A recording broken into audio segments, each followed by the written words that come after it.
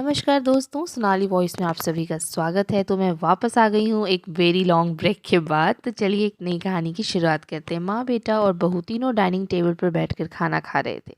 खाना खाते खाते बेटा अपनी पत्नी से बोलता है, रुचि, तुमने आज भी दाल रोटी ही बना दी।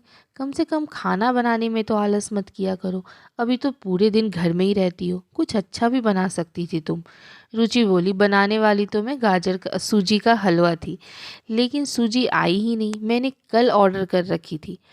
कोई बात नहीं, मैं कल बना दूंगी। किचन में तभी कुकर की सीटी सुनाई देती है और खाना खाते खाते रुचि किचन में चली जाती है। किचन से वापस आकर डाइनिंग टेबल पर बैठते हुए रुचि कहती है, आलू पकाने के लिए रखे थे, शाम को आलू की टिकिया बनाएंगे। उसकी सासू माँ भी यह सुनकर खुश हो जाती है। सूरज बीच में ही बोल पड़ता है, ये अच्छा है, दोनों बहुत मज़े कर रहे हो, अपने अपने पसंद की चीज़ें बनाते हो और खाते हो। तभी डोरबेल बजती है।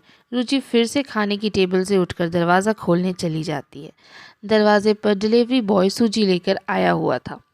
पार्सल लेकर रुचि फिर से डाइनिंग टेबल पर खाना खाने बैठती है।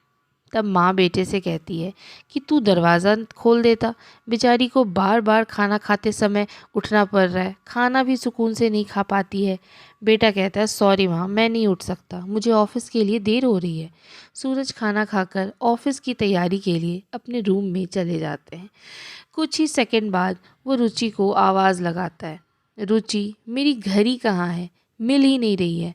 रुचि खाना खाते खाते ही उसे बताती है, अलमारी के ड्रॉर में देखो। सूरज कहता है, नहीं मिल रही बाबा। रुचि फिर से एक बार खाने की टेबल से उठकर उसकी तरफ जाने ही वाली होती है कि सासू माँ उसे रोक लेती है और पहले खाना खाने के लिए कहती है। सासू माँ कहती हैं, बच्चा नहीं है वो, खुद ढूंढ लेगा। थोड़ी देर बाद रूम से सूरज की आवाज़ आती है, मिल गई। डाइनिंग टेबल पर दोनों सास बहू एक दूसरे की तरफ देखकर मुस्कुराते हैं। अगले दिन सुबह सुबह सूरज अपने बेडरूम में कोई फाइल ढूंढ रहा होता है और उस फाइल को ढूंढने के चक्कर में, बाप रे, उसने पूरा कमरा ही तहस नहस कर दिया, चारों तरफ बिखेरा मचा दिया। सूरज बड़बड़ा रहा होता है, इस घर में कोई भी चीज़ अपने ठिकाने पर मिलती ही नहीं। इन औरतों को और कोई काम ही नहीं है, इसलिए हर चीज़ इधर से उठाकर उधर रखती रहती है। रुचि अपने कमरे में आकर कमरे का बुरा हाल देखती है तो सूरज से पूछती है कि आखिर ये कर क्या रहे हो। सूरज कहता है, वह फाइल कहाँ है जो मैंने तुम्हें परसों दी थी। रुचि तुरंत वह फाइल निकालकर सूरज के हाथ में थमा देती है और उसे कहती है कि कम से कम यार एक बार पूछ तो लिया करो, पूरा कमरा फैलाकर रख दिया है। सूरज उल्टा ही उसे डांट देता है और कहता है, ठीक है, अगर पूरा कमरा फैला ही दिया है तो तुम्हें और काम भी क्या है, यही काम पूरा दिन करती बैठो। कभी कभी लगता है कि मुझे हाउसवाइफ से शादी करनी ही नहीं चाहिए थी। इतना बोलकर सूरज ऑफिस के लिए निकल जाता है।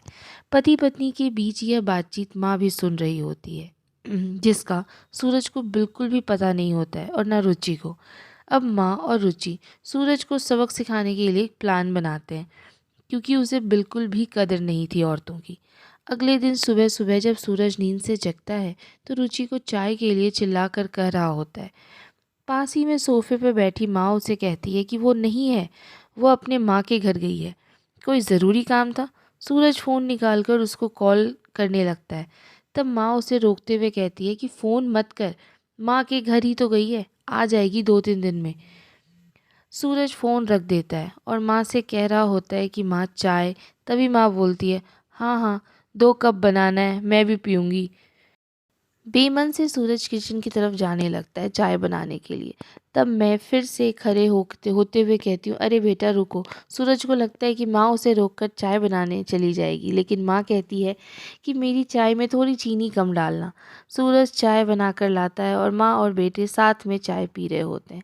तभी माँ बोलती है, अच्छी बनाई है, लेकिन रुचि जो चाय बनाती है उसमें थोड़ी तुलसी की पत्तियाँ भी डाल देती है, जिससे स्वाद अलग ही आता है। बेटा कोई नहीं, अगली बार जब तू चाय बनाएगा तो ध्यान रखना। सूरज माँ की तरफ देखता ही रह जाता है।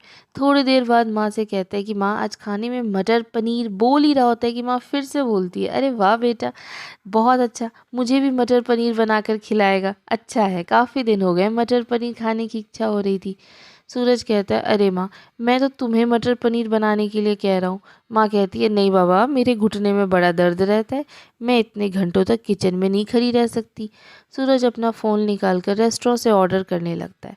तब माँ उसे रोकते हुए कहती है, इस उम्र में मेरा पाचन अच्छा नहीं रहता बेटा, मुझे गैस हो जाती है और तू मुझे बाहर का खाना खिलाना चाहता है। तू तो अपनी माँ से बिल्कुल भी प्यार नहीं करता। सूरज ना चाहते हुए भी घर का खाना बनाने के लिए किचन में चला जाता है। 1 घंटे बाद खाना बनकर तैयार हो जाता है। सूरज 2 थाली में खाना परोसकर माँ के पास आ जाता है। माँ देखती है कि सूरज ने दाल और रोटी बनाई है।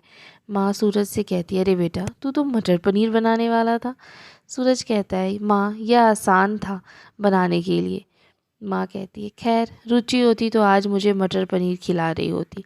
चलो कोई बात नहीं, मैं यहाँ हर दिन मटर पनीर खाती हूँ, आज भी दाल रोटी ही खा लूँगी। आप बैठ, साथ मिलकर खाते हैं। दोनों बैठकर खाना खाने लगते हैं। सूरज ने पहला निवाला मुंह में रखा ही होता है कि माँ उसे कहती है, अरे बेटा, दाल में नमक थोड़ी कम है, जाकर जरा नमक ले आ। सूरज खाते खाते उठता है और किचन जाकर नमक लाता है। फिर अपना खाना खाने बैठता है। बीच में ही माँ खांसने लगती है और सूरज से कहती है, अरे बेटा, खाना गले में अटक गया है, थोड़ा पानी लेकर आ। सूरज फिर से खाना खाते खाते उठता है और पानी लेकर माँ को देता है। इन सब से सूरज के मुंह पर परेशानी साफ देखी जा सकती थी।